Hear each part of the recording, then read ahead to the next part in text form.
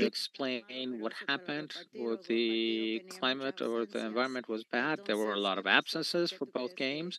What happened? How come they managed to score so much against you?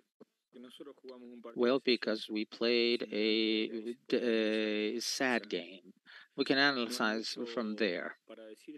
There's nothing much to say. We were overcome from the beginning of dominated from the beginning to the end of the game. It was unexpected for us. It was terrible, and it makes us think about our ambitions. If we can have so many variables between one weekend and the other, it makes us think of how far we can go.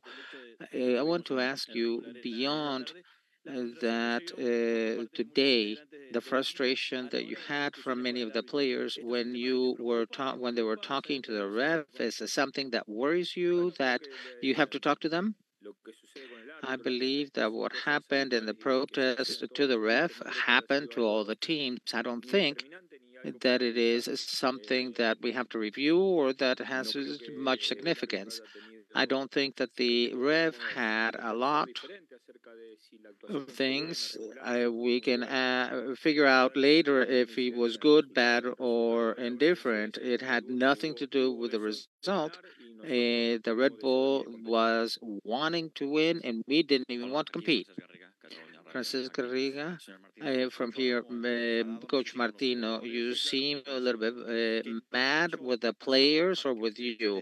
What happened today so that what happened today, and if you have to face the season in a different way?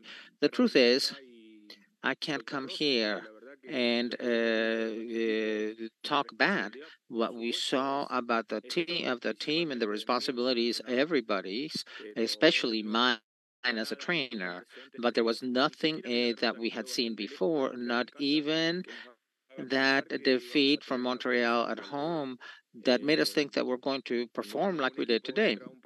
When a team comes into a game and doesn't have the desire to win, and doesn't have the spirit, is not competing, and indubtably the other side, just by wanting to win the game, will win.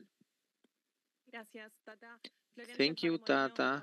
Gerencia Parmolino from Javelina Deportivo. Ecuador is looking at Leo Campana, his level, his performance in general. How do you analyze his performance and how he has adapted to the team? Talking about a performance of one player, be it Leo or anybody else in the game today, we're all within the same performance rating. There's nothing different of which we can separate one of us from the dismal performance of today. On the other side, Leo does not have to adapt because he is one of the ones that have been in the team for the most, and he has been one of the starters for the change that Miami has been having for at least the last year. Today's Miami, what we saw, Coach, is Miami without Messi. Do you think that part of how it played today was the lack of Messi? That there was not even one score, one goal? On one side, the absence of the best player in the world is important for all of us. But Leo didn't play last week against DC. Tata, good afternoon. Fernando Espinosa for La Bola Sport New York. You just said that the team is missing regularity, that you haven't found that balance that you want. From your point of view, why do you think that Inter Miami hasn't gotten this balance or this regularity in the championship? Probably because we're just starting, because the team has seen a lot of changes game to game, and because we've had, like in this case, players that are going to the national teams. We're going to have to change a lot. Sometimes we have injuries of players, and that implies the same thing because we left Shetland to Cincinnati, and he was the only midfielder outside midfielder, a natural midfielder that we had. So we're having to play with five and improvise a right fielder and improvise during these first dates. I'm thinking that this unbalance or this irregularity of the team has to do with that. Leolino from Inchamanenia, can you ask me, can you do a couple of questions? Do you believe that the team that what you have is to be a defense? Sergio was also saying that in the mixed zone to be able to be more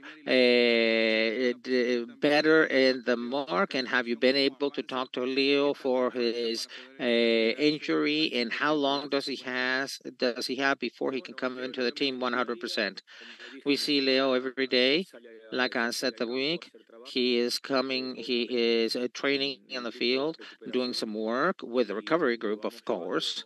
And we've been taking him on week to week. This is going to be an important week for sure to see how he has evolved, as well as Nico Freire. And they are all players that, if nothing strange happens, we can see their return to regular work in a short time.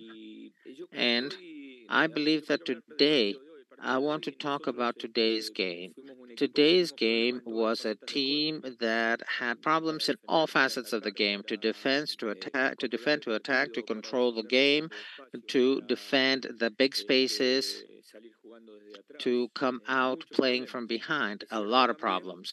It is true also that what I've been asked, right, what you just asked before, the absences that we had, of course, Red Bull had it, so I don't say that as an excuse, but what is happening is that we have seen we've been forced to have a tactical scheme that is different, especially in the second half, that was different from something that we've done before, something that we haven't done before, 4-4-2. But the first half, we had a line of three with three midfielders and two forwards.